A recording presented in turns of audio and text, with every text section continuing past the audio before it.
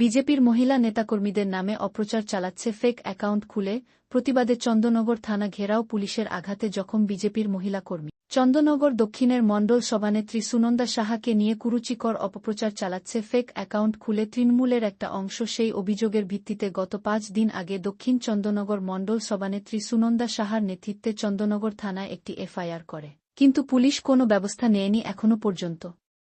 সে কারণেই আজ দুপুর ১-২টায় চন্দননগর রানীঘাট থেকে চন্দননগরের স্থানীয় বিজেপি নেতাকর্মীরা একটি বিক্ষোভ মিছিল করে থানা ঘেরাও করে বেশ কিছুক্ষণ পুলিশের ধস্তাধস্তি চলে। এরপরে আন্দোলনকারীরা চন্দননগর স্ট্যান্ড রোড অবরোধ করে দেয়। অবরোধ প্রায় ২০ মিনিট চলে।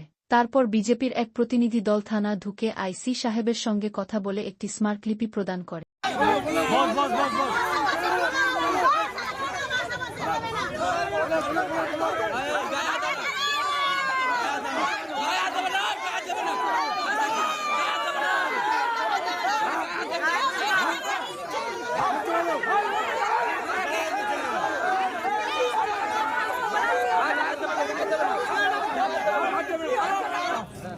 এই মেয়েটার আঙুলটা ঢুকিয়ে দিয়েছে, এই মেয়েটার আঙুলটা পুরো জিজ্ঞাসাবাদ করেন না, তারপরে আমরা দেখিনি।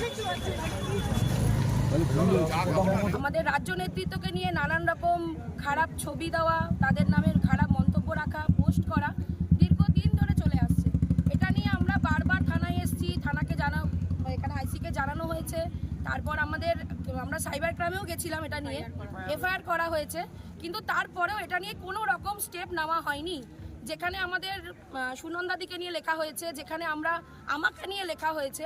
আজকে আমরা চন্দননগরের যে মহিলারা, আজকে হয়তো আমাদের দেখে আরও 10টা মহিলা বেরোয় রাস্তায় রাজনীতি করার জন্য।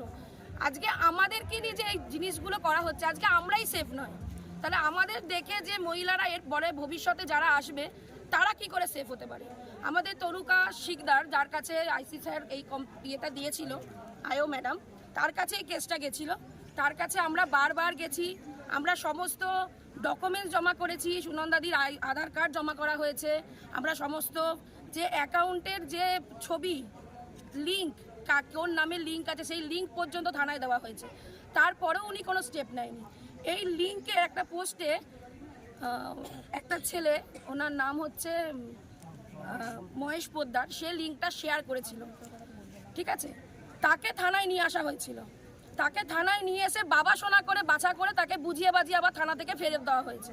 তা আমরা ম্যাডামকে বলেছিলাম যে আপনি একটু বলুন যে ওকে জিজ্ঞেস করুন যে কাজটা কে করছে। তো উনি বলেছেন যে এটা আমরা বলতে পারবো না, চাপ দেওয়া যাবে না, কোনো রকম চাপ দিলে যদি ও কিছু করে।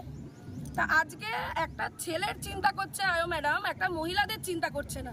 আজকে আমরা যে মহিলারা রাস্তায় আছি, আমাদের ফ্যামিলি আছে, আমাদের সংসার আছে, স্বামী আছে, সন্তান আছে, আজকে যার মাকে নিয়ে এরকম লেখা হচ্ছে, আজকে আমাদের পরবর্তী প্রজন্মের ভবিষ্যৎ কি? আজকে আমাকে নিয়ে যে লেখা হচ্ছে, হয়তো আমার বাড়ির লোক, ফ্যামিলির লোক জিনিসটা না মেনে নিয়ে আমাকে বাড়ি থেকে তাড়িয়ে দিতে পারতো, সুনন্দাদিকে কিছু কোনো স্টেপ নিতে পারতো। আজকে আমরা যখন সেফ নয়, আজকে আমাদের সন্তানের দিকে যদি কোনোদিনও আঙুল ওঠে যে তোর মায়ের নামে এইসব লেখা হচ্ছে, তাহলে তার ভবিষ্যৎটা কোথায় গিয়ে দাঁড়াচ্ছে? যে পুলিশ প্রশাসনের কাছে আমরা সব কিছু জানাই যে আমাদের সেফ দেওয়ার জন্য, আমাদের গাইড করার জন্য যে পুলিশ প্রশাসন, তারা আজকে আমাদের চন্দননগরের মেয়েদেরই সেভ করতে পারছে না। চন্দননগরের মেয়েরাই সুরক্ষিত নেই, তাহলে আমরা বাইরের মেয়েদের নিয়ে কি লড়বো? আমরাই তো সেফ নয়। আইসি ম্যাডাম কি বললেন? আজকে আইসি স্যার একটু, আমরা যেহেতু এরকম হয়েছে আর কি, প্রোগ্রামটা করা হয়েছে, তা উনি বলছেন যে পুলিশকে কেন বলা হয়েছে। পুলিশকে আমরা কোনো কিছু বলিনি, পুলিশের নামে হয়তো আমরা চেঁচামেচি করেছি। আমাদের ধারণা যে পুলিশ কোনো স্টেপ নিচ্ছে না। পুলিশ যদি কোনো স্টেপ নিত তাহলে এখনো পর্যন্ত দোষী শাস্তি পেত বা দোষীকে অ্যারেস্ট করা হতো।